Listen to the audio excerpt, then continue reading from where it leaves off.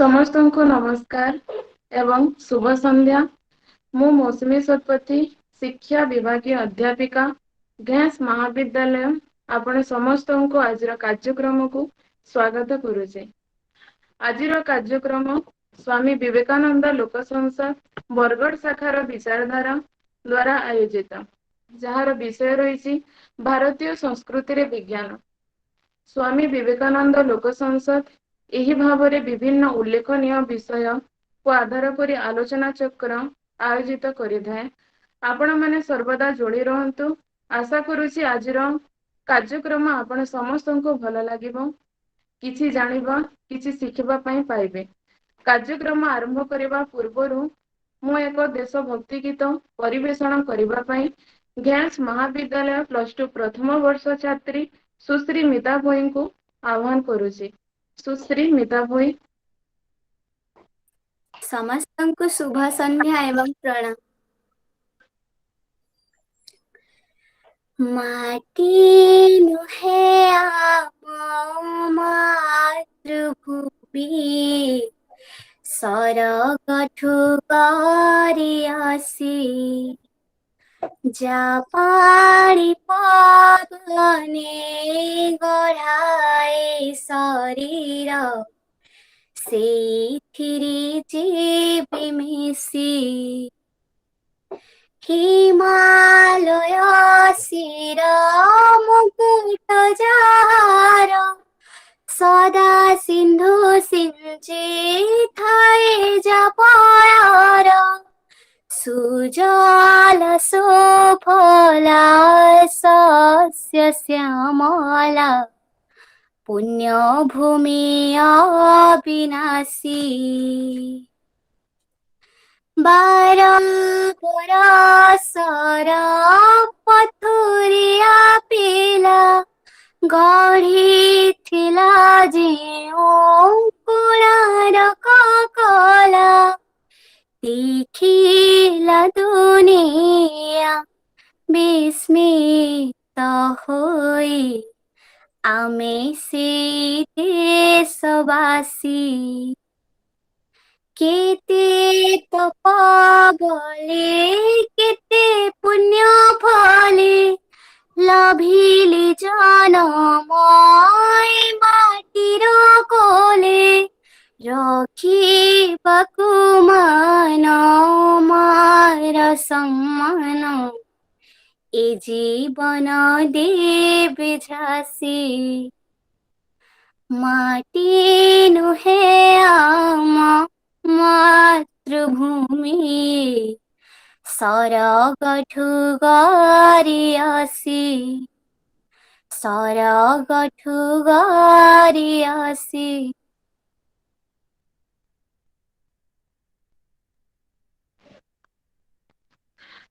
ଧନ୍ୟବାଦ ମିତା ଅତି ସୁନ୍ଦର ଦେଶଭକ୍ତି ଗୀତ ଗାନ କରିଥିବାରୁ।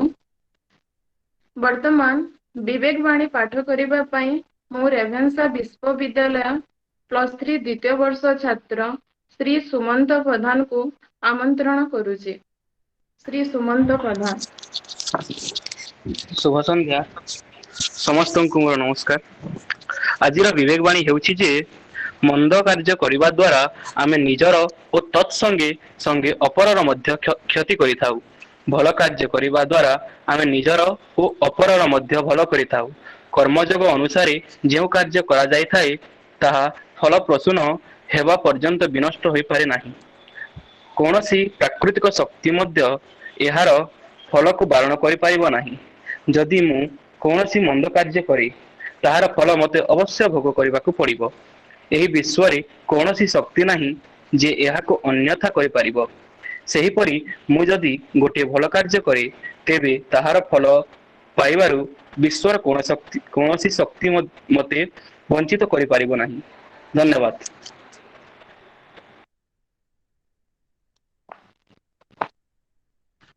ଧନ୍ୟବାଦ ସୁମନ୍ତ ଭାଇ ବିବେକ ବାଣୀ ପାଠ କରିବା ପାଇଁ। ଭାରତୀୟ ସଭ୍ୟତା ପୃଥିବୀରୁ ସବୁଠାରୁ ଉନ୍ନତ ସଭ୍ୟତା କୁହାଯାଏ। ଯାହା ନାହିଁ ଭାରତେ ତାହା ନାହିଁ ଜଗତେ। ଚିକିତ୍ସା ବିଜ୍ଞାନରେ ଚରକ ସଂହିତା ହେଉ ବା ସୁଶ୍ରୁତ ସଂହିତା राजनीति रे कौटिल्यंकर अर्थशास्त्र हो बा आध्यात्मिकतारे स्वामी विवेकानंद हुअन्तु भारतीय संस्कृति चालीचलणी ସବୁବେଳେ ଅନ୍ୟ ଦେଶବାସୀଙ୍କୁ ଏକ ନୂତନ ଦିଗନ୍ତ ପ୍ରଦାନ କରି ଆସୁଅଛି କିନ୍ତୁ ଆମ ଦେଶର ଲୋକମାନେ ଆମର ସଂସ୍କୃତି ଚାଲିଚଲଣିକୁ ଅନ୍ଧବିଶ୍ୱାସ ମଣି ପାଶ୍ଚାତ୍ୟ ସଂସ୍କୃତିକୁ ଅନୁସରଣ କରିବା ପାଇଁ ପ୍ରଚେଷ୍ଟାରତ କଦଳୀ ପତ୍ରରେ ଅନ୍ନ ଭକ୍ଷଣ ହେଉ ବା ଦେବାଦେବୀଙ୍କ ପୂଜାରେ ପୁଷ୍ପ ଧୂପ ଶଙ୍ଖ ଏବଂ ପ୍ରସାରର ବ୍ୟବହାର ହେଉ ଆଧ୍ୟାତ୍ମିକତାରେ ସଂକୀର୍ତ୍ତନ ହେଉ ବା ଓଙ୍କାର ଧ୍ୱନି ଜପ ହେଉ ପ୍ରତ୍ୟେକରେ ଭରି ରହିଛି କିଛି ବୈଜ୍ଞାନିକ ସତ୍ୟତା ସେହି ସତ୍ୟତାକୁ ଉପଲବ୍ଧି କରିବା ପାଇଁ ଆୟୋଜିତ ଆଜିର କାର୍ଯ୍ୟକ୍ରମ ଯାହାର ବିଷୟ ହେଉଛି ଭାରତୀୟ ସଂସ୍କୃତିରେ ବିଜ୍ଞାନ ଆଜିର ଏହି କାର୍ଯ୍ୟକ୍ରମରେ ସଭାପତି ଭାବରେ ଅଂଶଗ୍ରହଣ କରିଛନ୍ତି ଶ୍ରୀ ଶ୍ୟାମବନ୍ଧୁ ବେହେରା ଯିଏକି ବର୍ତ୍ତମାନ ସ୍ୱାମୀ ବିବେକାନନ୍ଦ ଲୋକ ସଂସଦ ବରଗଡ଼ ଶାଖାର ଉପସଭାପତି ଦାୟିତ୍ୱ ନିର୍ବାହ କରୁଛନ୍ତି ଏବଂ ସେ ଘ୍ୟାସ ମହାବିଦ୍ୟାଳୟରେ ଗ୍ରନ୍ଥଗାରିକ ଭାବରେ କାର୍ଯ୍ୟରତ ମୁଁ ବର୍ତ୍ତମାନ ଶ୍ରୀ ବେହେରା ମହାଶୟଙ୍କୁ ଆମନ୍ତ୍ରଣ କରିବାକୁ ଚାହିଁବି ଯେ ଆଜିର କାର୍ଯ୍ୟକ୍ରମକୁ ସଭାପତିତ୍ୱ ପ୍ରଦାନ କରି କାର୍ଯ୍ୟକ୍ରମକୁ ଆଗକୁ ନେବେ ଶ୍ରୀ ବେହେରା ସାର୍ धन्यवाद श्रद्धेय सुश्री मौसुमी शतपथी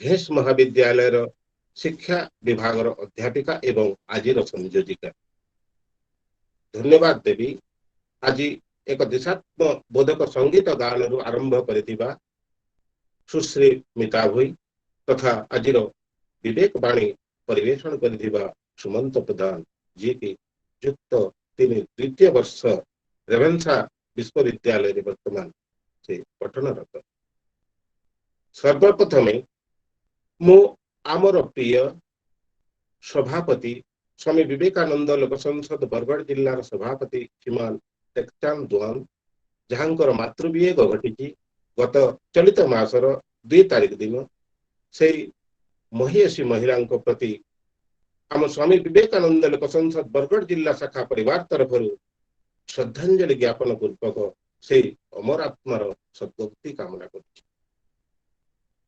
आज बरगड़ जिला शाखा तार स्वामी विवेकानंद लोक संसदर अष्टादश ई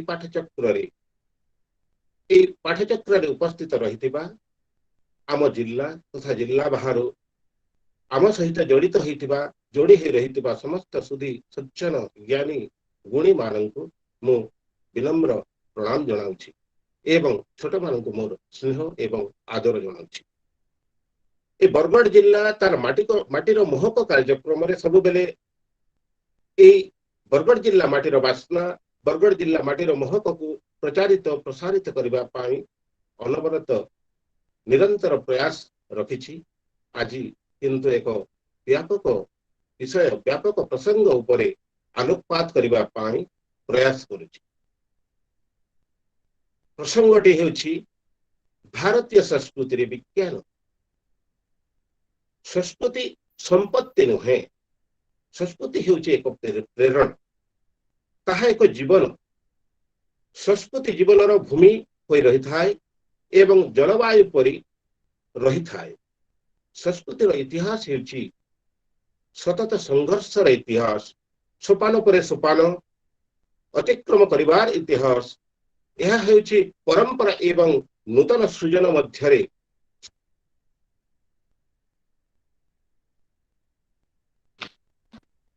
सर म्यूट ही जाइए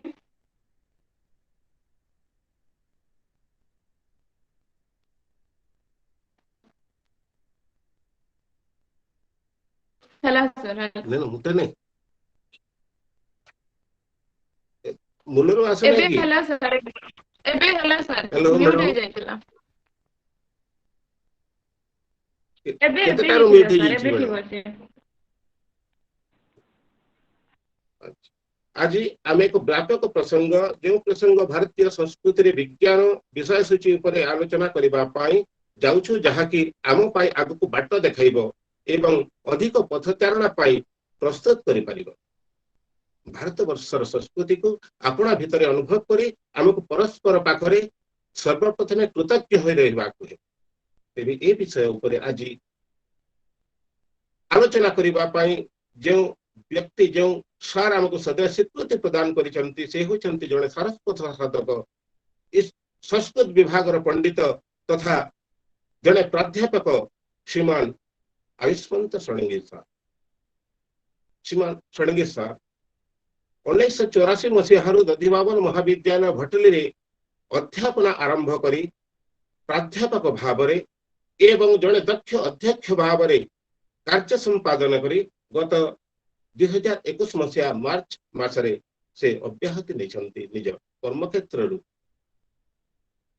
श्रीयुक्त षडंगी सार 1999 मसीहा ठार संस्कृत भारती ओडिशा राज्य शाखा जड़े सक्रिय सदस्य भावरे जोड़ी होई परवर्ती पर्यायर संपादक भावरे एवं उपाध्यक्ष एवं वर्तमान सार 2016 मसीहा ठार अध्यक्ष भावरे अवस्थापित हो रही संस्कृत भारती ओडिशा राज्य शाखार सभापति भाव से कार्य संपादन कर संस्कृत भारती जहाँ की ग्रासरूट लेवल मान विलेज लेवल किपरि संस्कृत शिक्षा प्रदान करा जाई एक सांस्कृतिक गाँ संस्कृत भाषार विद्वान गाँ हिसाब से परिगणित हो पारिबो सही हिसाब से सतत चेष्टित रही एवं समग्र भारत वर्ष रे एबे एपर्यंत 5 गोटी गाँ जो माने कि संस्कृत भाषा रे कथार आदान प्रदान करबा भलिया अवस्था रे अछन। श्रीमान षडंगी सार मध्य दधिबावन मुक्ति मंडप पंडित सभा भटली जहाँ की एक रेजिस्टर्ड बॉडी भाव रे अछि से प्राय 10 वर्ष पूर्व मुक्ति मंडप पंडित सभा सहित जड़ित हो रही एवं से वर्तमान 3-4 मास उपसभापति भाव में कार्य निर्वाह कर जने अनुष्ठान प्रिय सार श्रीमान षडंगी सार सार जन्मस्थान निहाती मफसली जगह जोटा कि भैनातुरा जदियो से दीर्घ वर्ष धरी भटली महाविद्यालय सहित जड़ित हो से भटली रे वर्तमान से अवस्थान करुचंती एवं आगकू ए अनुष्ठान मानक प्रति जड़ित हो रही आज सेमिति एक विद्वान पंडित सार को आमे एक व्यापक विषय व्यापक प्रसंग उपर आलोचना करबा पाई सुजोग पाइछु जहां से सार जदियो से राज्य संस्कृत भारती तरफ एक राज्य सम्मेलन रे तांकर प्रस्तुति पर वर्तमान समय थिला किंतु सही समय रु बाहर करी आम प्रति समय दैछंती हमर बरगढ़ जिला शाखा प्रति समय दैछंती तेते पाई सार को मु मोर प्रणाम जनाउछि एवं सार को आजिर आलोचना चक्र हमकु दिग्दर्शन देबा पाई आह्वान करिछि। श्रीमान षडंगी सार नमः गुरुभ्यो गुरुपादुकाभ्यो नमः परेभ्यो परपादुकाभ्यो आचार्य सिद्धेश्वर पादुकाभ्यो नमो नमः श्री गुरुपादुकाभ्यो नमो नमः श्री गुरुपादुकाभ्यो। ई पाठचक्र कार्यक्रमे समुपस्थितेभ्यो सर्वेभ्यो नमस्कार। स्वामी विवेकानंद लोक संसद बरगढ़ शाखा आनुकूल्य रे आयोजित ई पाठचक्र माटीर महक शीर्षक आलोचना चक्र रे सभापतित्व करुवा बेहरा महाशय संयोजिका सुश्री मौसुमी सतपथी महोदया कार्यक्रम रे गीत परिवेषण बा आदर्श आजिर आदर्श बाणी उपस्थापन करिथिबा एवं सर्वोपरि कार्यक्रम रे भाग नैथिबा समस्त सुधीवृंद को कोटि कोटि नमन पूर्वक किछि कहिबा पय मु आरंभ करूछि। हरि ओम शुभौछि त हरि ओम शुभजी सर बढ़िया शुभजी। तेबे मु निश्चित भाव में धन्यवाद देवी ए जो स्वामी विवेकानंद लोक संसद बरगढ़ शाखा रो आयोजक मानू भाई भौणी मानू कहीं ना शास्त्र कहे ଯେ କାବ୍ୟ ଶାସ୍ତ୍ର ବିନୋଦେନ କାଲ ଗଚ୍ଛତି ଧୀମତା। ତେବେ ଏଇଭଳି କେତେ ଏଇଟା 28 ନମ୍ବର ନା କେତେ ନମ୍ବର ବୋଲି କହିଲେ ବୋଧେ, ତେବେ ଏଇ ବୋଧେ କରୋନା କାଳରୁ ଆରମ୍ଭ ହେଇଥିବ। ତେବେ ଘରେ ରହି ନୂଆ ଯୁବପିଢ଼ି ଏବଂ ସମାଜରେ ବିଦ୍ୱାନ ଲୋକମାନଙ୍କୁ ସମସ୍ତଙ୍କୁ ଯୋଡ଼ି ଯେଉଁ ଭାରତୀୟ ବିଚାରଧାରା, ବିଶେଷ କରି ବରଗଡ଼ ଲୋକ ସଂସ୍କୃତି ବା ବରଗଡ଼ରେ ଲୁକାୟିତ ପ୍ରତିଭା ଏସବୁକୁ ନେଇ ବିଭିନ୍ନ କାର୍ଯ୍ୟକ୍ରମ ଯେଉଁ ବରାବର ଜାରି ରଖିଛନ୍ତି, ଏଇଥିପାଇଁ ମୁଁ କୃତଜ୍ଞତା ଜଣାଉଛି, ସାଧୁବାଦ ଦଉଛି। ବିଶେଷ କରି ଆଜି ଯେଉଁ ଏଇଭଳି ଏକ କାର୍ଯ୍ୟକ୍ରମରେ ମୁଁ ଆପଣମାନଙ୍କ ସହିତ ଯୋଡ଼ି ହେଇଛି, ଏଇଥିପାଇଁ ଆପଣମାନଙ୍କ ଠାରେ ଆୟୋଜକ ମାନଙ୍କ ଠାରେ ମୁଁ କୃତଜ୍ଞ ଅଟେ।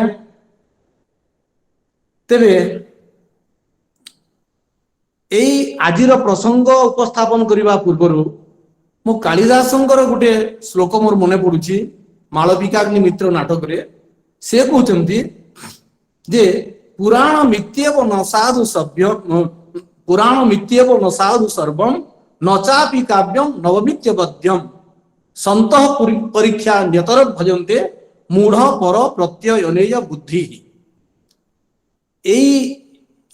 ଏଥିରେ ଯୋଉ କଥାଟା କୁହାଯାଇଛି ଏଇ ଶ୍ଲୋକରେ, ୟାର ସାର କଥା ବା ଏଇଟାକୁ ଆଧାର କରି ଆଜି ସଂଯୋଜିକା ଭଉଣୀ ଉପସ୍ଥାପନ କରୁଥିଲେ ଯେ ଭାରତୀୟ ସଂସ୍କୃତି ବିଷୟରେ ଆମେ କେମିତି ପରାଙ୍ଗମୁଖ ହଉଛୁ, ବୈଦେଶିକ ସଂସ୍କୃତିକୁ କେମିତି ନିଜର କରି ନେଉଛୁ, ଏସବୁ କଥା ସେ କହୁଥିଲେ। କାଳିଦାସ ମଧ୍ୟ ସେଇ କଥା କହିଛନ୍ତି ଯେ ସବୁ ପୁରାଣ ମିତ୍ୟବ ନ ସାଧୁ ସର୍ବମ୍, ସବୁ ପୁରୁଣା ଯେ ଠିକ ଏଇଟା ବି ନୁହେଁ, ତେବେ ନୂଆ ଯେ ଖରାପ ଏଇଟା ବି ନୁହେଁ।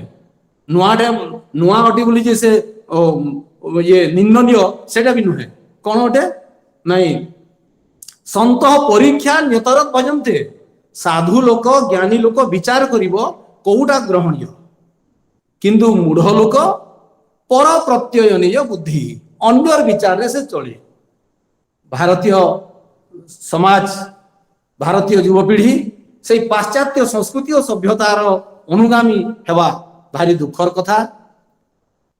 ଯାହା ସଂଯୋଜିକା ଭଉଣୀ ଉପସ୍ଥାପନ କରୁଥିଲେ, ଭାରତୀୟ ସଂସ୍କୃତି ପୁରାତନ ସଂସ୍କୃତି, ବୈଜ୍ଞାନିକ ସଂସ୍କୃତି।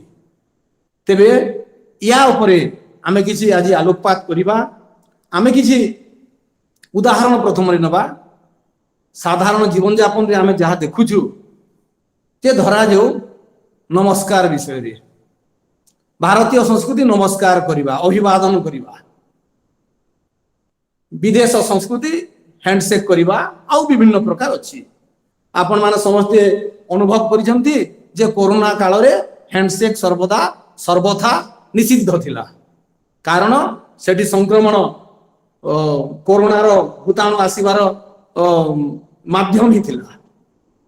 ତେବେ ନମସ୍କାରଟା ଦିବ୍ୟ ଜୀବନର ପ୍ରବେଶ ଦ୍ୱାର ଅଟେ, ଏଇଟା ଶାସ୍ତ୍ର ଗୁଡ଼ିକରେ କୁହାଯାଇଛି। ଯେମିତିକି ମନୁ କହନ୍ତି ଅଭିବାଦନଶୀଲସ୍ୟ ନିତ୍ୟଂ ବୃଦ୍ଧୋପସେବିନଃ ଚତ୍ବାରି ତସ୍ୟ ବର୍ଦ୍ଧନ୍ତେ ଆୟୁର୍ବିଦ୍ୟା ୟଶୋ ବଲମ୍। ଅଭିବାଦନ କରିବା ଦ୍ୱାରା, ବୃଦ୍ଧ ଲୋକଙ୍କୁ ସେବା କରିବା ଦ୍ୱାରା ଆମର ଆୟୁଷ, ବିଦ୍ୟା, ଯଶ ଏବଂ ବଳ ବଢ଼େ ବୋଲି ମନୁ କହିଛନ୍ତି। ସେମିତି ଧରାଯାଉ ଆମେ କ୍ଲାସକୁ ଗଲେ ପିଲାମାନେ ଉଠି ପଡ଼ନ୍ତି। ପିଲାମାନେ କ'ଣ ଉଠି ପଡ଼ନ୍ତି? ଧରାଯାଉ ଗୋଟେ ସଭା ସମିତି, ଆମେ ମାନେ ବୁଢ଼ା ଲୋକ ବି ବସିଛୁ, ଯଦି ମୁଖ୍ୟ ଅତିଥି ଆସିଲେ, ମୁଖ୍ୟ ବକ୍ତା, ବିଶିଷ୍ଟ ଲୋକ ଯେତେବେଳେ ମଞ୍ଚକୁ ଆସନ୍ତି, ଆମେ ସମସ୍ତେ ଉଠି ପଡ଼ୁ। ଏଠି ବି ବୈଜ୍ଞାନିକ ରହସ୍ୟ। এই ବିଷୟରେ ମନୁ କହନ୍ତି ଊର୍ଧ୍ୱଂ ପ୍ରାଣାୟୁତ୍କ୍ରାମନ୍ତି ୟୁନସ୍ଥବିର ଆୟତି ପ୍ରତ୍ୟୁତ୍ଥାନାଭିବାଦାଭ୍ୟାମ ପୁନସ୍ତାନ ପ୍ରତିପଦ୍ୟତେ।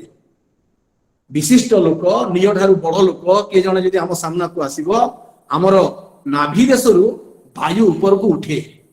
ଆମେ ଯଦି ଛିଡ଼ା ହେବା ଏବଂ ପୁଣି ବସିଯିବା, ସେ ବାୟୁଟା ସ୍ତମ୍ଭିତ ହେବ, ନ୍ୟାଚୁରାଲ ସ୍ୱାଭାବିକ ଅବସ୍ଥାକୁ ଆସିବ। କୋଉ ପ୍ରକାର ବୈଜ୍ଞାନିକ କାରଣ ମନୁ କହିଛନ୍ତି? ପ୍ରତ୍ୟେକ ବିଷୟରେ ଏଇଭଳି ବୈଜ୍ଞାନିକ ରହସ୍ୟ ରହିଛି। ଆମର ସଂଯୋଜିକା ଭଉଣୀ ଶଙ୍ଖ କଥା କହୁଥିଲେ, ଶଙ୍ଖ ବାଦନ ବିଷୟରେ ଭାରତୀୟ ବୈଜ୍ଞାନିକ ଜଗଦୀଶ ଚନ୍ଦ୍ର ବୋଷ से प्रमाण करछंती जे शंखबादनर ध्वनि जेते दूर जीव सेठी बैक्टेरिया गुड़ाक दूरे जीवे। को प्रकार चमत्कार कथा धरा जो तुलसी वृक्षर सेवा, तुलसी वृक्ष पाखक विशेष कर स्त्री लोक माने जानती पूजा करती सकाळो संजरे। तेबे तुलसी पत्रर गंध भी आमको आयरन दिए, लोह शक्ति दिए।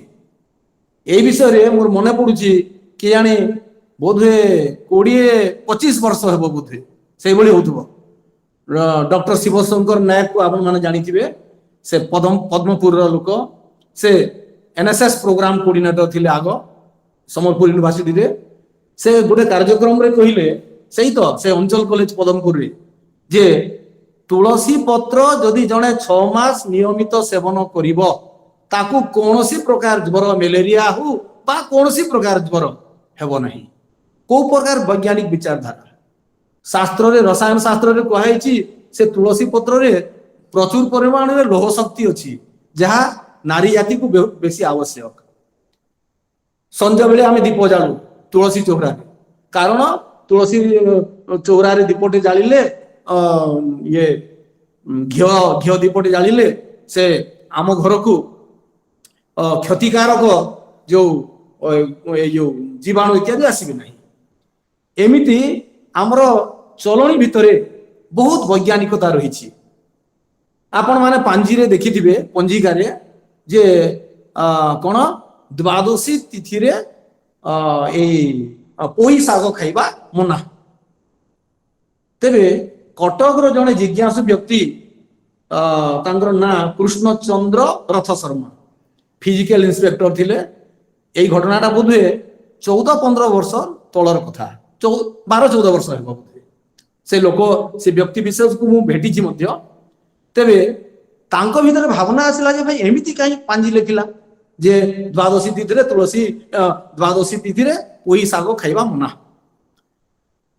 सेते बेले कि सामल थिले डॉक्टर सामल, मोर नाटा मने पडुनी, जे कि कृषि गवेषणा केंद्र भुवनेश्वर रो डायरेक्टर निर्देशक।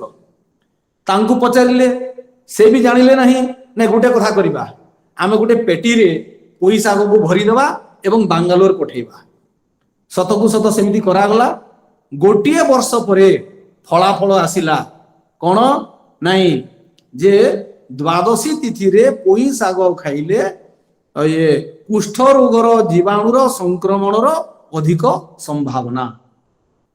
आपण माने विचार करंतु जे हमर पूर्व मुनि ऋषि माने को प्रकार वैज्ञानिक थिले जे एई भली को तिथि रे कोन मना, काहे की उपवास करिबा, काहे की हमें ब्राह्म मुहूर्त रे उठिबा, प्रत्येक विषय रे वैज्ञानिकता रहिछि। आमे किंतु आधुनिक लोक आकारे आमर सीमित ज्ञान दृष्टि बोधे हाँ भाई एटा गोटे पुराना कथा। अलगा गोटे उदाहरण मन पड़ुछि, धरा जो एटा सत घटनाटे जे मु टिके टिके भल कहतु खराब कहतु मु चंदन टिके एमती तिलक टिके लगाए। आमर सार जने कहले बहुत पुराना कथा एटा, बोधे आपण गाँव रु आसी तो तेणु पुराना अभ्यास छाड़ी पारि नाहंती। सम्मान दृष्टि मु तांको किछि कहले नाही। तेबे कथा हला एठी वैज्ञानिक कारण अछि। स्नानम दानम तपोहोमो देवता पितृकर्म च तत्सर्वम निष्फलम जाति ललाटे तिलकम बिना। एटा ब्रह्म वैवर्त पुराण रे अछि। किंतु तार वैज्ञानिक कारण एया जे आमे जदि चंदन हो, तिलक हो कि सिंदूर हो किछि कपाल रे जदि रखिबा लगेबा आमर उभय भ्रूलतार मध्य देश ये आज्ञा चक्र। तेबे से आज्ञा चक्रटा विकसित हो, सकारात्मक भावना आसीबो। स्त्री लोक माने बेसिकली सिंदूर लगांती। सिंदूर कारण से माने डिसअपॉइंटमेंट तांकर स्वाभाविक गोटे गुण जे समान भीतर नैराश्य टिके रहे। तेबे सेठी सिंदूर टिके देले समानकर क्रियाशीलता माने पॉजिटिव भावना सकारात्मक भावना आसे। एमिति कहिबार अर्थ हैला आमर प्रत्येक चालीचलनी भितरे संस्कृति रही, वैज्ञानिकता रही। तेणु आमे आज किसी आलोकपात करिबा जे भारतीय संस्कृति रे को प्रकार विज्ञान रही। तेबे संस्कृति शब्दर अर्थ संस्कार रु अणाही। संस्कार है कार्य, संस्कार फल हूँ संस्कृति। सम कृ तीन संस्कृति, सम कृ है संस्कार। तेबे एठी शब्दर सृष्टि भी विज्ञान को बुझे दउछि। कहीं ना संकार तो हो नहीं, संकृति हो नहीं, सुट गुटे आसुछि।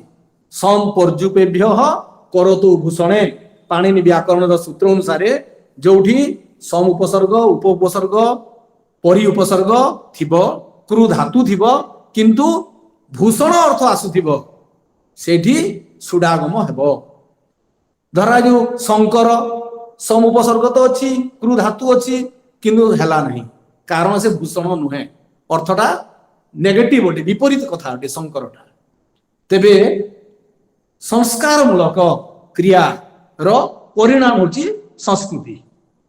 संस्कृति कौन आमे संक्षिप्त रे यदि कहिबा, हमर राजगोपालचारींकर संस्कृति पुस्तकर ओडिया अनुवाद करिथिबा गोलक बिहारी धल, से भारी सुंदर छोट बहीटे किंतु बहुत सुंदर कथा गुड़ाक से कही।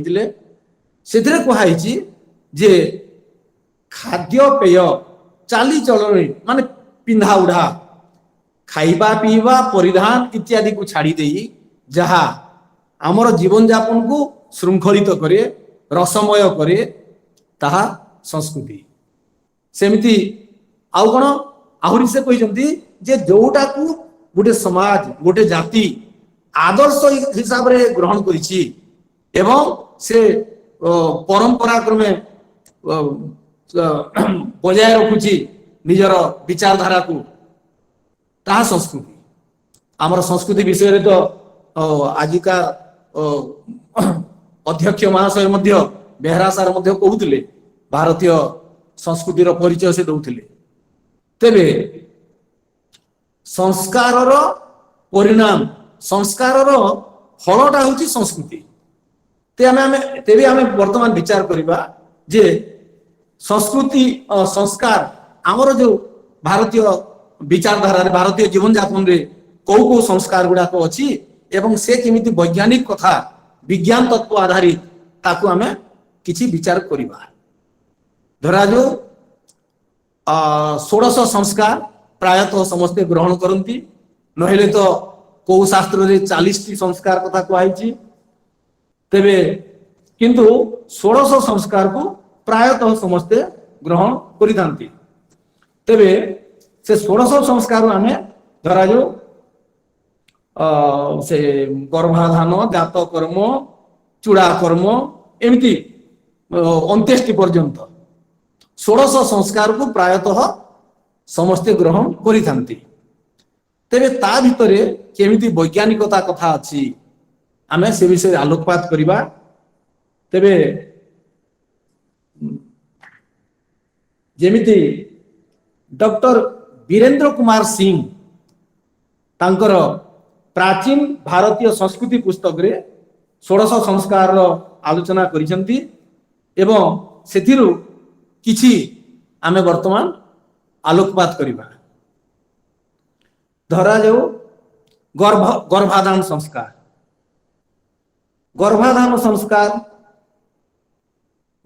जेमिति गरुड़ पुराण रे भी एमिति कथा कहैछि एवं ये चरक मध्य कहिसंती।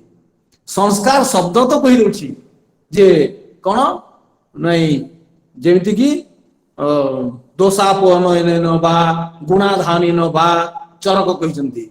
गुणाधानेन बा दोषापनयन बा दोषर दूरीकरण बा गुण उत्तम गुण धारण ही संस्कार। तेबे भारतीय संस्कृति भितरे भारत ये जो 16 संस्कार भितरे केमिति केमिति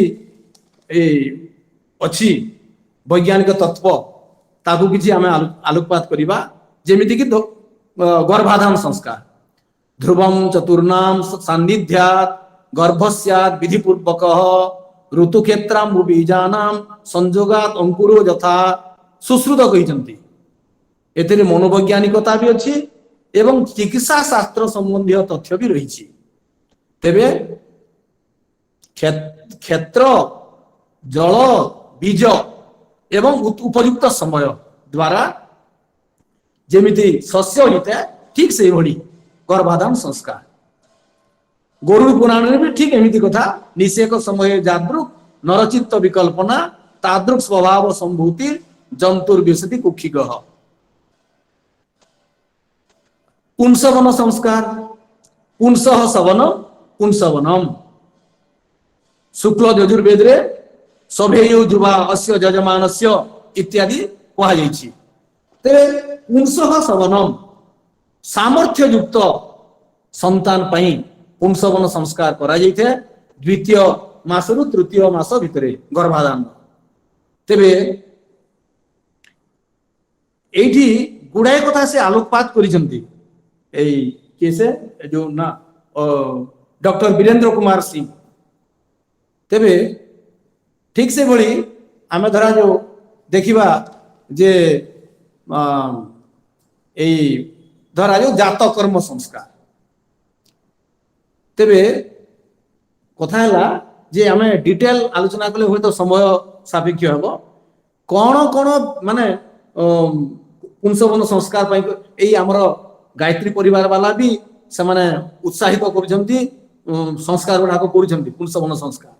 तेबे कौन सामान्य पूजा पाठ करी किसी औषध आकार दिया जाए सामान्य माने चेरमूल सेठी लेखा अछि लक्ष्मणा बटसुंगा विश्वदेवा गाई क्षीर एमती सब लेखा अछि।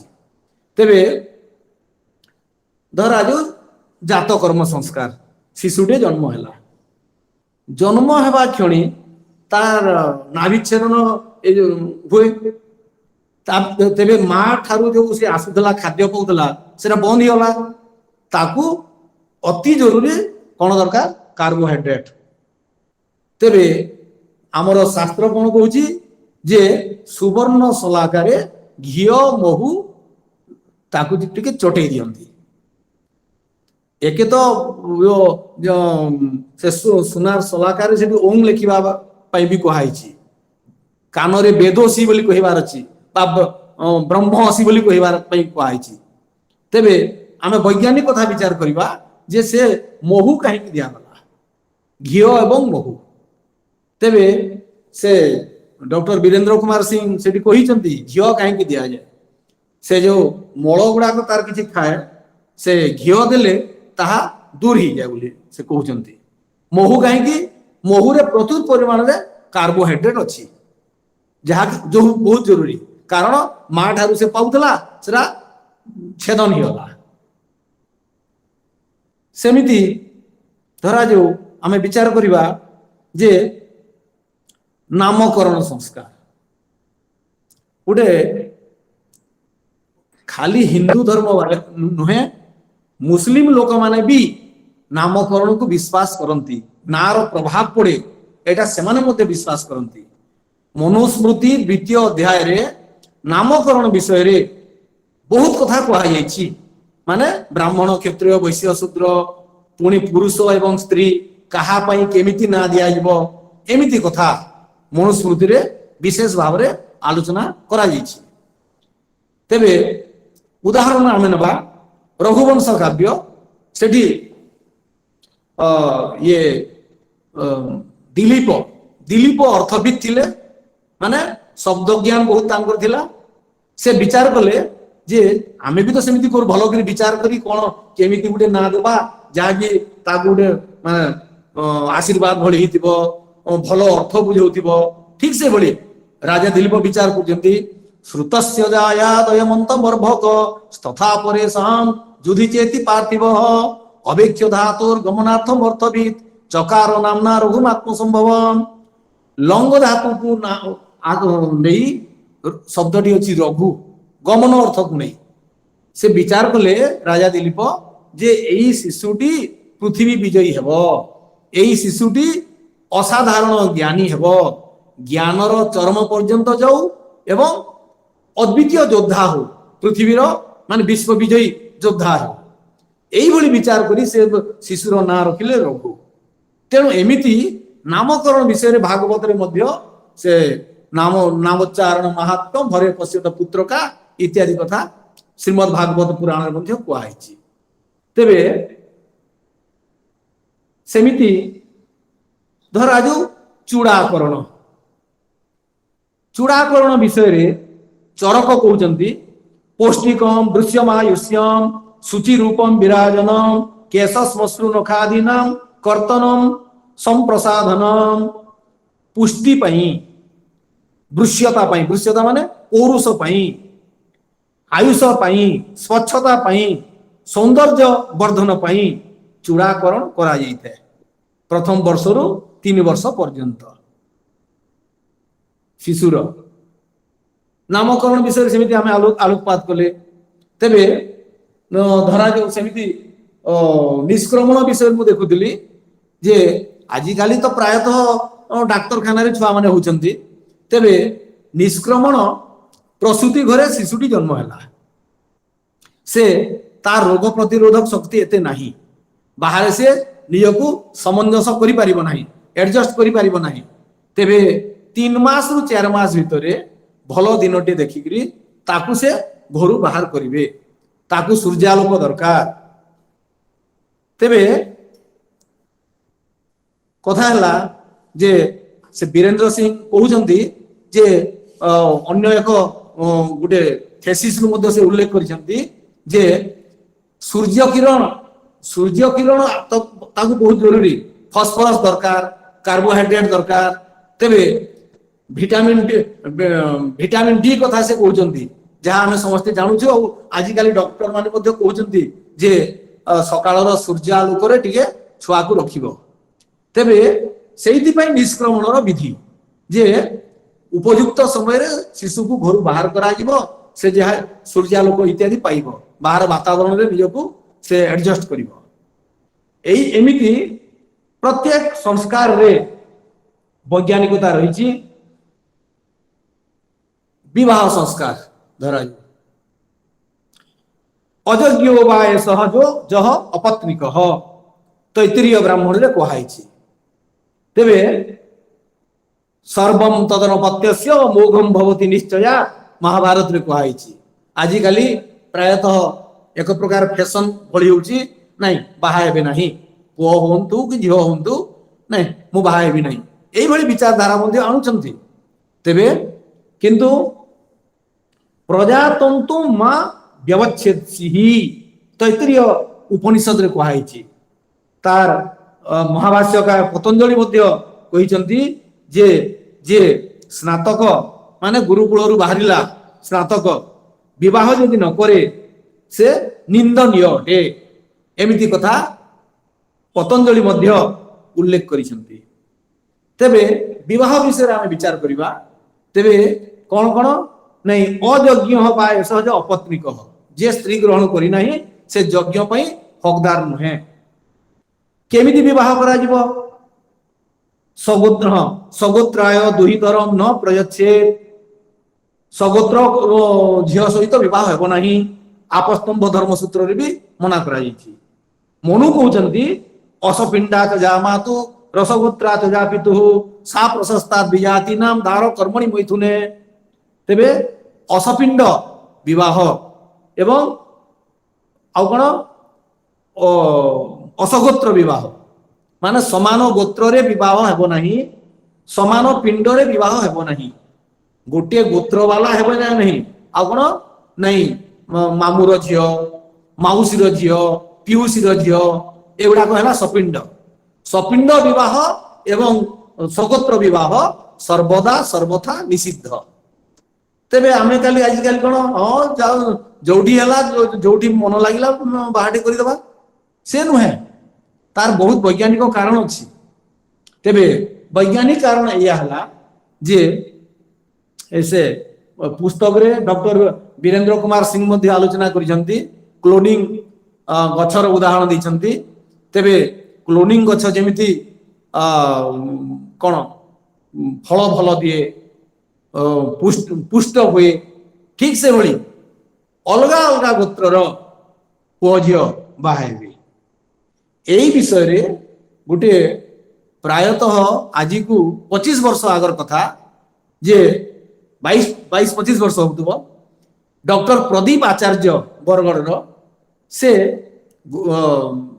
सर्वेक्षण करुले गवेषणा करुले को जगार सिकिल सेल रोग बेसी होची रक्त शिकुली रोग को जगार बेसी होची कहीं होची से आमर एनएसएस कैंप को आसीथिले मुझे एनएसएस दायित्व करी तेरे से कहले जे आमे देखुचु जे जो निकट संबंध जगार जदि विवाह करा जाइछि सेठी ही माने विभिन्न जातिर ना धरले से जातिर ना गुड़ा को एठी उपस्थापन करिबा बोधे ठीक हेबो नाही तेबे जो जो जाति रे माने सपिंड विवाह करूछंती माउसी झियो पिउसी झियो मामुर झियो बेसी आकार करूछंती सेठी रक्त शिकुली रोग बेसी देखबा को मिलुछि तेबे निष्कर्ष हला जे दूर संबंध हेले भल निकट संबंध अति घनिष्ठ संबंध जगार एई माने वंशानुगत रोग आसीबार बहुत संभावना तेबे मनु को प्रकार वैज्ञानिक थिले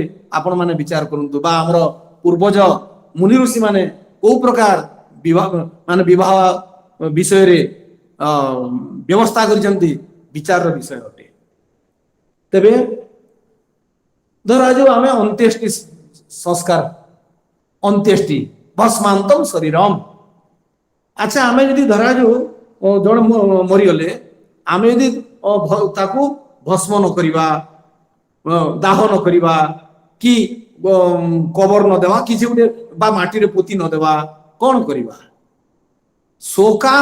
शोकापनयनर व्यवस्था होची अंत्येष्टि आमर शोक को दूर करिबा पे अच्छा नहिले से धरा जे आमे रखिबा से गंधिबो आमर शोक को दूर करिबा पई व्यवस्था अंत्येष्टि क्रिया एमिति प्रत्येक संस्कार विषय रे वैज्ञानिकता रही विवेकानंद गोटे दुईटा कथा मोर मने पड़ुची से कहूले जे भारतर माटी मोर पुण्यभूमि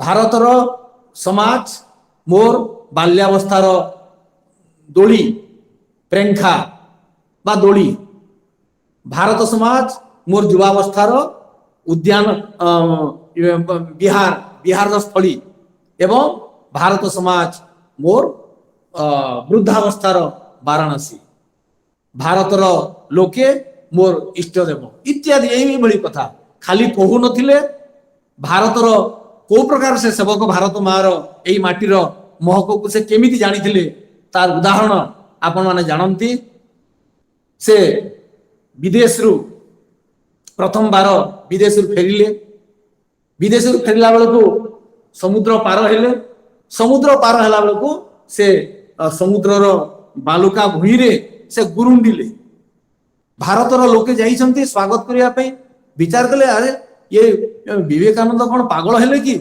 उन्मत्त हेले कि तांको पचरा गला आपण एमिति कोन करूछंती से कहिले जे विदेश भोगभूमि अटे मो देश मो भारत मा पुण्यभूमि तेबे कर्मभूमि पुण्यभूमि तेबे भोगभूमि को जाई एई शरीरटा अपवित्र हो जाइतिला तेणु एई मो भारत मार माटी रे धूली रे मो शरीर को मो पवित्र करुछि को प्रकार विचारधारा ठीक से भली विदेश रो आउटे कथा देबे से सही प्रथम बार रो कथा अटे तांगर विदेश यात्रा रो तेबे मुंडरे पगड़ी आपाद मस्तक गैरिक वस्त्र नख बढ़ी शिखा अच्छी तेबे गोटे परिवार विदेश रो परिवार तात्सल्य कहले लुक एट द जेंटलमैन बोली तात्सल्य कले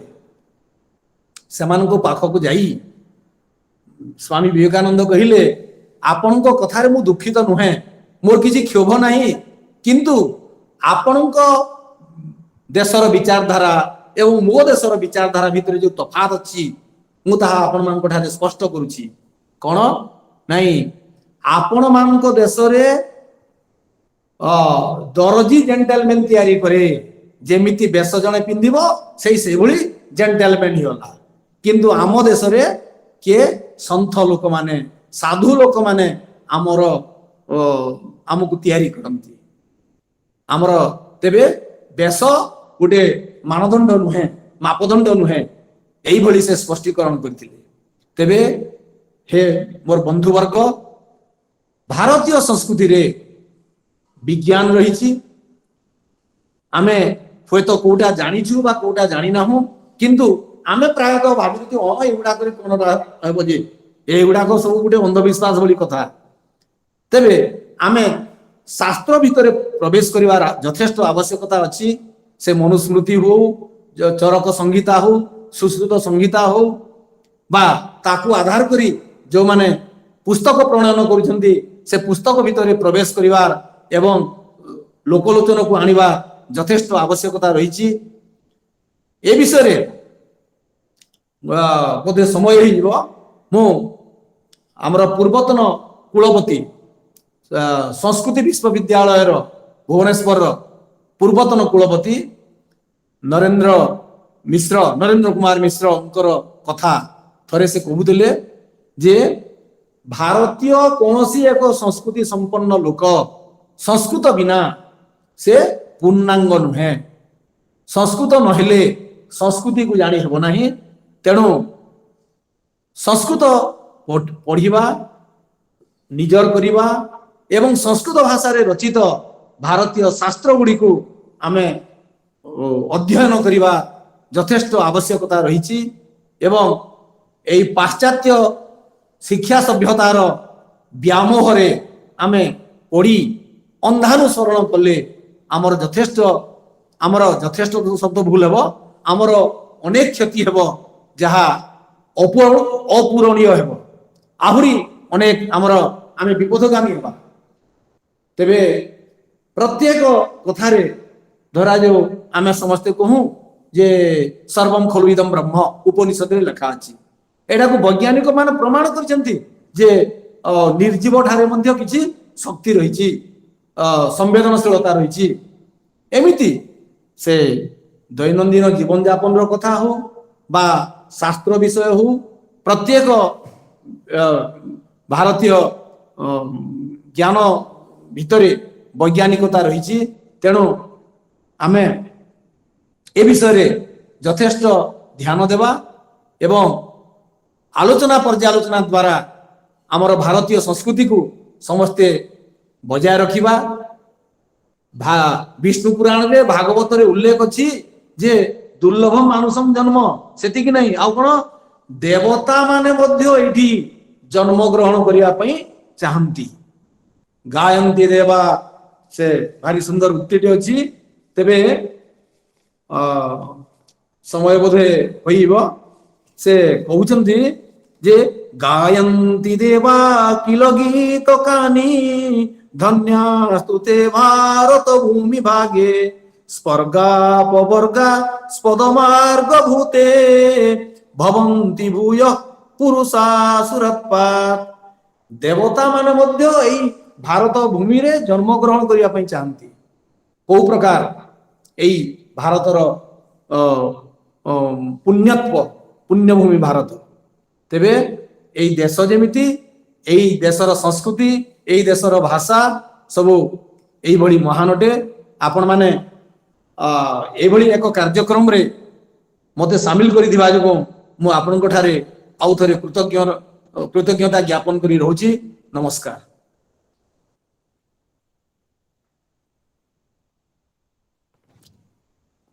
କିଛି ଜିଜ୍ଞାସା ରହିଛି, ଯେଉଁମାନେ କିଛି ଜାଣିବା ପାଇଁ ଇଚ୍ଛା ପ୍ରକାଶ କରିଛନ୍ତି ସେମାନେ ଚାଟ୍ ବକ୍ସରେ ପ୍ରଶ୍ନ ରଖିଛନ୍ତି।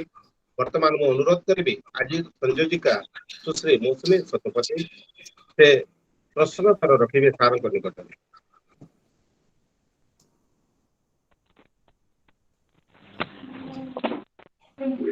ଧନ୍ୟବାଦ ସାର୍। ଆମର ଶ୍ରୋତା ବନ୍ଧୁ ମାନଙ୍କର କିଛି ଜିଜ୍ଞାସା ବା କିଛି ପ୍ରଶ୍ନ ରହିଛି। ମୁଁ ଷଡ଼ଙ୍ଗୀ ସାରଙ୍କୁ ଅନୁରୋଧ କରିବି ସେ ପ୍ରଶ୍ନ ଗୁଡିକର ଉତ୍ତର ରଖିବେ। କୁହନ୍ତୁ। ଦେବାଦେବୀଙ୍କର ପୂଜାରେ ପୁଷ୍ପ, ଧୂପ, ଶଙ୍ଖ, ପ୍ରସାଦ ଇତ୍ୟାଦିର ବ୍ୟବହାର କଣ ବୈଜ୍ଞାନିକ ସତ୍ୟତା ରହିଛି? ଶଙ୍ଖବାଦନ କଥା ମୁଁ କହିଲି। ଆଉ ଆମେ ଧରା ଯୋଉ ଫୁଲ କାହିଁକି ଦଉ କି ନୈବେଦ୍ୟ କାହିଁକି ଲଗଉ, ଏଇଟା ଗୋଟେ ଏସ୍ଥେଟିକ୍ କଥା, ଆଧ୍ୟାତ୍ମିକ କଥା ଅଟେ ଯେ ସମଗ୍ର ଜଗତ ଭଗବାନଙ୍କର ଅବତାର। ଭାଗବତରେ କୁହାଯାଇଛି ଆଦ୍ୟାବତାର ପୁରୁଷ ପରସ୍ୟ। ପରମାତ୍ମାଙ୍କର ପ୍ରଥମ ଅବତାର ହଉଛି ଜଗତ। ସେଇ ଜଗତର ବସ୍ତୁକୁ ଜଗତ କର୍ତ୍ତାଙ୍କୁ ଆମେ ପୂଜା କରିବା। ଗଙ୍ଗା ଜଳକୁ ଗଙ୍ଗା ଜଳ ଦ୍ଵାରା ଗଙ୍ଗାଙ୍କୁ ପୂଜା କରିବା। ଦୀପ ଜାଳିକିରି ଦୀପର ଭାଣ୍ଡାଗାର ସୂର୍ଯ୍ୟଙ୍କୁ ପୂଜା କରିବା। ତେବେ ଆମେ ସିଏ ହଉଛି ଯଜ୍ଞ। କଥା ହେଲା ମଣିଷ ମାତ୍ରକେ ଆମେ ଧରାଯାଉ ଆସ୍ଫଲାୟନଙ୍କ ଶାସ୍ତ୍ରକୁ ଯଦି ଦେଖିବା କି ବୃହତ ପରାଶର ସ୍ମୃତି ଦେଖିବା କି ମନୁସ୍ମୃତି ଦେଖିବା, ଆମେ ପିତୃ ଋଣ, ଋଷି ଋଣ, ଦେବ ଋଣ ଏଇଗୁଡାକ ଲାଗିଥାଉ। ତେବେ ସେଇ ଦେବଦତ୍ତ ପଦାର୍ଥ ଦ୍ଵାରା ସେଇ ଦେବତାଙ୍କର ପୂଜା କରିବା ଏବଂ ଋଣମୁକ୍ତ ହେବାର ବିଷୟରେ ଶାସ୍ତ୍ର ମାନଙ୍କରେ ଉଲ୍ଲେଖ ଅଛି। ଏଇଠି ଶଙ୍ଖବାଦ ଦ୍ଵାରା ଯେମିତି ବୈଜ୍ଞାନିକତା ଅଛି, ଏଠି ବୈଜ୍ଞାନିକତା ତ ନାହିଁ, ଏକ ଆଧ୍ୟାତ୍ମିକ ବିଚାରଧାରା ରହିଛି। ପିତୃ ଋଣରୁ ମୁକ୍ତ ହେବା ପାଇଁ, ଦେବ ଋଣରୁ ମୁକ୍ତ ହେବା ପାଇଁ ଆମେ ପିତୃପୁରୁଷଙ୍କୁ ଯେମିତି ଧରାଯାଉ ପିତୃପୁରୁଷଙ୍କୁ ଆମେ ତର୍ପଣ କରୁଛୁ, ପିଣ୍ଡ ଦଉଛୁ, ପିତୃ ଋଣରୁ ମୁକ୍ତ ହଉଛୁ। ଦେବ ଋଣ ପାଇଁ ଯଜ୍ଞ କରୁଛୁ, ଏଇ ଯୋଉ ଫୁଲ ଦେବା, ଦୀପ ଜାଳିବା ଇତ୍ୟାଦି। ଆଉ ଦୀପ ଜଳାର ତ ବୈଜ୍ଞାନିକତା କହିଲି। ଆମେ ଯଦି ଗୋଟେ ଘିଅ ଦୀପଟେ ଜାଳିବା ତେବେ ଆମର ଦୂଷିତ ଜୀବାଣୁ ଗୁଡାକ ସବୁ ନଷ୍ଟ ହେବେ। ଆଚ୍ଛା, ସେମିତି ଋଷି ଋଣରୁ ମୁକ୍ତ ହେବା ପାଇଁ ଆପଣ ମାନେ ଯେମିତି ଚଳେଇଛନ୍ତି ଏଇ ଯୋଉ ଶାସ୍ତ୍ର ଚର୍ଚ୍ଚା, ଶାସ୍ତ୍ର ପଠନ, ଶାସ୍ତ୍ର ଚର୍ଚ୍ଚା ଦ୍ଵାରା ଆମେ ଋଷି ଋଣରୁ ମୁକ୍ତ ହେଇଥାଉ। ଏମିତି କଥା ଶାସ୍ତ୍ର ମାନଙ୍କରେ ଉଲ୍ଲେଖ ଅଛି।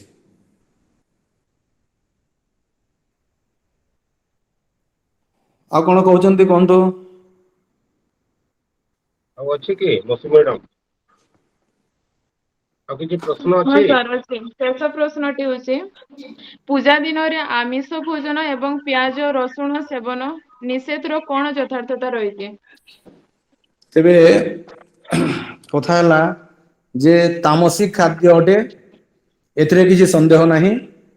ଆଉ ତାମସିକ ଖାଦ୍ୟ ଦ୍ଵାରା ଆମେ ଯଦି ଭଗବତ ଗୀତା 17 ନମ୍ବର ଅଧ୍ୟାୟରେ ଏସବୁ ବିବେଚନା କରାଯାଇଛି।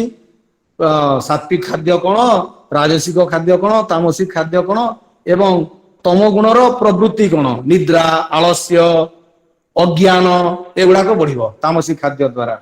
ତେଣୁ ଆମେ ବିଶେଷ କରି ଏଇଭଳି ପର୍ବପର୍ବାଣୀ ଦିନ ମାନଙ୍କରେ ତାକୁ ଆମେ ନିଷେଧ କରିଥାଉ, ମନା କରିଥାଉ, ଗ୍ରହଣ କରିନଥାଉ।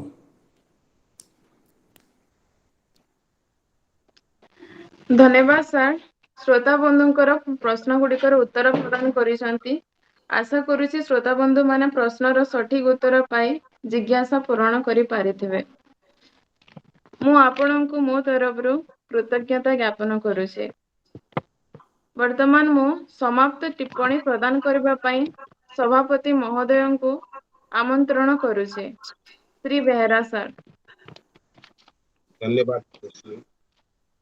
ଦେବଭୂମି ଭାରତବର୍ଷ, ପୁଣ୍ୟଭୂମି ଭାରତବର୍ଷ, ମଣିଷ ପଣିଆର ଦେଶ ହେଉଛି ଏଇ ଭାରତବର୍ଷ। ଏଇ ଭାରତ ବର୍ଷରେ ସଂସ୍କୃତ ହେଉଛି ଦେବ ଭାଷା, ଶାସ୍ତ୍ରର ଭାଷା, ପଣ୍ଡିତ ମାନଙ୍କର ଭାଷା। ଆଜି এই ସାଂସ୍କୃତିକ ମନୋଭାବକୁ ଯଥାଯଥ ରୂପ ଦେଇ ଏକ ଚମତ୍କାର ଜ୍ଞାନ ପ୍ରଦାନ କରିଥିବାରୁ ମୁଁ ନିଶ୍ଚିତ ଭାବରେ ଶ୍ରୀମାନ ଷଡଙ୍ଗୀ ସାର୍ ଠାରେ କୃତଜ୍ଞତା ଜ୍ଞାପନ କରୁଛି। ସ୍ୱାମୀ ବିବେକାନନ୍ଦ ଲୋକ ସଂସଦ ବରଗଡ଼ ଜିଲ୍ଲା ଶାଖା ତରଫରୁ। ପ୍ରତ୍ୟେକ ଦେଶ ବା ଜାତିର ଉନ୍ନତି ତାର ସଂସ୍କୃତିର ପ୍ରଗତି ଉପରେ ହିଁ ନିର୍ଭର କରିଥାଏ ଏବଂ ସେ ବିଭିନ୍ନ ପ୍ରକାର ବିଜ୍ଞାନ ସମ୍ମତ ବିଷୟକୁ ଅତି ଚମତ୍କାର ଭାବରେ ପ୍ରାଞ୍ଜଳ ଭାବରେ ଆମ ସମ୍ମୁଖରେ ଆଜି ରଖିଥିଲେ। ମାଳବିକାଗ୍ନି ମିତ୍ରମ୍ ର ଏକ ଚମତ୍କାର ଶ୍ଲୋକରୁ ଆରମ୍ଭ କରିଥିଲେ ସାର୍। ବିଶିଷ୍ଟ ପରିବେଶବିତ୍ ଆମ ବଡ଼ାସୁନ୍ଦର ପଦ୍ମପୁର ଅଞ୍ଚଳର ଶିବଶଙ୍କର ଦାସଙ୍କ ଔଷଧୀୟ ବଗିଚା କଥା କହିଥିଲେ ଏବଂ ଚନ୍ଦନ ତିଳକ ଯାହା ବୈଜ୍ଞାନିକ ସମ୍ମତ ବୈଜ୍ଞାନିକ କାରଣ ରହିଛି, ଚନ୍ଦନ କପାଳରେ ଲାଗିଲେ ଆମର ଆଜ୍ଞା ଚକ୍ର ବିକଶିତ ହେବା ସହିତ ସକାରାତ୍ମକ ଭାବନା ଜାଗ୍ରତ ହୁଏ। ତାକୁ ମଧ୍ୟ ଚମତ୍କାର ଭାବରେ ସାର୍ ରଖିଥିଲେ। ଯେଉଁ ଷୋଡଶ ସଂସ୍କାର କଥା ପ୍ରାୟ ଆମ ସମସ୍ତଙ୍କ ଠାରେ ଗ୍ରହଣୀୟ ହେଇଛି, ତାର ପ୍ରତ୍ୟେକ ବୈଜ୍ଞାନିକ ସମ୍ମତ ବିଷୟକୁ ମଧ୍ୟ ପ୍ରାଞ୍ଜଳ ଭାବରେ ରଖିଥିଲେ, ଯାହାକି ନାମକରଣ ସଂସ୍କାର କଥା ହେଉ, ବିବାହ ସମ୍ବନ୍ଧୀୟ କଥା ହେଉ, ଅନ୍त्यେଷ୍ଟି ସଂସ୍କାର କଥା ହେଉ, ଏସବୁ ଅତି ଚମତ୍କାର ଭାବରେ ବୀରେନ୍ଦ୍ର କୁମାର ସିଂଙ୍କ ଲିଖିତ ପ୍ରାଚୀନ ଭାରତୀୟ ସଂସ୍କୃତି ପୁସ୍ତକରୁ ସେ ଉଦ୍ଧୃତ କରି ଆମ ସମସ୍ତଙ୍କ ଠାରେ ଜ୍ଞାନ ବିତରଣ କରିଥିଲେ। ସେଥିପାଇଁ ମୁଁ ସାର୍ଙ୍କ ଠାରେ ମୋର ସ୍ୱାମୀ ବିବେକାନନ୍ଦ ଲୋକ ସଂସଦ ବରଗଡ଼ ଜିଲ୍ଲା ଶାଖା ତରଫରୁ ଗଭୀର କୃତଜ୍ଞତା ଜ୍ଞାପନ କରୁଛି। ଏବଂ ବର୍ତ୍ତମାନ ଆମେ ବୋଧେ ଶେଷ ପର୍ଯ୍ୟାୟରେ ରହିଛୁ। ମୁଁ ବର୍ତ୍ତମାନ ଆହ୍ୱାନ କରିବି ଆମ ବରଗଡ଼ ଜିଲ୍ଲା ଲୋକ ସଂସଦର ସମ୍ପାଦକ ଶ୍ରୀମାନ ଗୌତମ ସାମଲ ସାର୍, ଯିଏକି ଧନ୍ୟବାଦ ଅର୍ପଣ କରିବା ସହିତ ଶାନ୍ତି ପାଠ ମଧ୍ୟ ରଖିବି। ଶ୍ରୀମାନ ଗୌତମ ସାମଲ ସାର୍।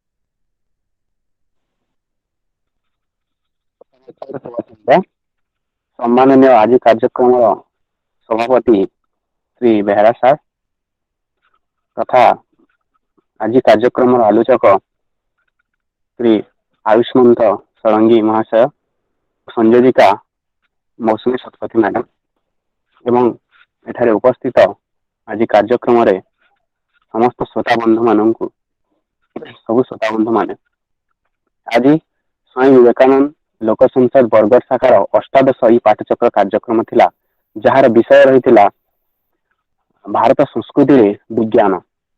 ଆଜି ଆମର ବକ୍ତା ଥିଲେ ଶ୍ରୀ ଆୟୁଷ୍ମନ୍ତ ଷଡ଼ଙ୍ଗୀ ମହାଶୟ, ଯେ ଅତି ସୁନ୍ଦର ଭାବରେ ଆଜିର କାର୍ଯ୍ୟକ୍ରମର ବିଷୟକୁ ପ୍ରତିପାଦନ କରି ଏକ ଉଲ୍ଲେଖନୀୟ ଚମତ୍କାର ଉପସ୍ଥାପନ ପ୍ରଦାନ କରିଛନ୍ତି। ସେ ଅଭିବାଦନରୁ ଆରମ୍ଭ କରି ଆମର ଭାରତୀୟ ସଂସ୍କୃତିରେ ରହିଥିବା ବିଭିନ୍ନ ବୈଜ୍ଞାନିକ ସତ୍ୟତା ବିଷୟରେ ସେ ଉପସ୍ଥାପନ କରିଥିଲେ। ମୁଁ ଆଶା କରୁଛି ଆପଣମାନେ ସମସ୍ତେ ନିଶ୍ଚିତ ଭାବରେ କିଛି ଶିଖିଥିବେ, ଜାଣିଥିବେ, ଲାଭାନ୍ୱିତ ହେଇଥିବେ। ମୁଁ ଆମ ଅନୁଷ୍ଠାନ ତରଫରୁ ସାର୍ଙ୍କୁ ଅଶେଷ ଅଶେଷ କୃତଜ୍ଞତା ଜ୍ଞାପନ କରୁଛି। ସାର୍ ଧନ୍ୟବାଦ। ତାପରେ ମୁଁ ଧନ୍ୟବାଦ ଦେବାକୁ ଚାହିଁବି ଆମ କାର୍ଯ୍ୟକ୍ରମର ସଭାପତି ଶ୍ରୀ ଶ୍ୟାମବନ୍ଧୁ ବେହେରା ମହାଶୟଙ୍କୁ, ଯେ ଆଜି କାର୍ଯ୍ୟକ୍ରମକୁ ଅତି ସୁନ୍ଦର ଭାବରେ ସଭାପତିତ୍ୱ ପ୍ରଦାନ କରି କାର୍ଯ୍ୟକ୍ରମକୁ ପରିଚାଳନା କରିଛନ୍ତି। ତାପରେ ମୁଁ କୃତଜ୍ଞତା ଦେବାକୁ ଚାହିଁବି ସୁଶ୍ରୀ ମୌସୁମୀ ଶତପଥୀ ମ୍ୟାଡାମଙ୍କୁ, ଯେ ଆଜି କାର୍ଯ୍ୟକ୍ରମକୁ ଅତି ସୁନ୍ଦର ଭାବରେ ସଫଳତାର ସହିତ ସଂଯୋଜନା ପ୍ରଦାନ କରିଛନ୍ତି। ଆଜି କାର୍ଯ୍ୟକ୍ରମର ଆରମ୍ଭରେ ଦେଶଭକ୍ତି ଗୀତ ଗାନ କରିଥିଲେ ମିତା ଭୋଇ, ତାଙ୍କୁ ମଧ୍ୟ ମୁଁ ଆମ ଅନୁଷ୍ଠାନ ତରଫରୁ ଅଶେଷ ଅଶେଷ ସାଧୁବାଦ ଜ୍ଞାପନ କରୁଛି।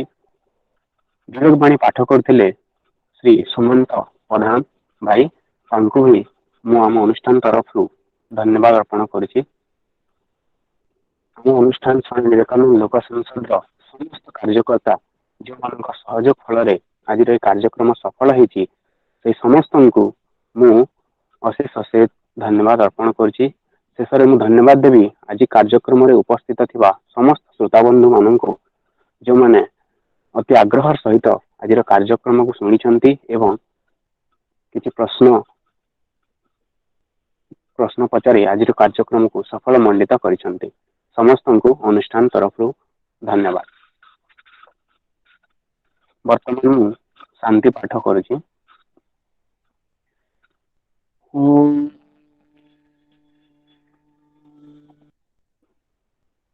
सर्वे भवन्तु सुखिनः, सर्वे सन्तु निरामयाः, सर्वे भद्राणि पश्यन्तु, मा कश्चित् दुःखभाग् भवेत्।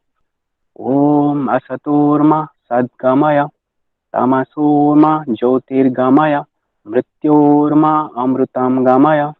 ॐ पूर्णमदः पूर्णमिदं पूर्णात् पूर्णम् उदच्यते, पूर्णस्य पूर्णमादाय पूर्णमेवावशिष्यते। ॐ शान्तिः शान्तिः शान्तिः।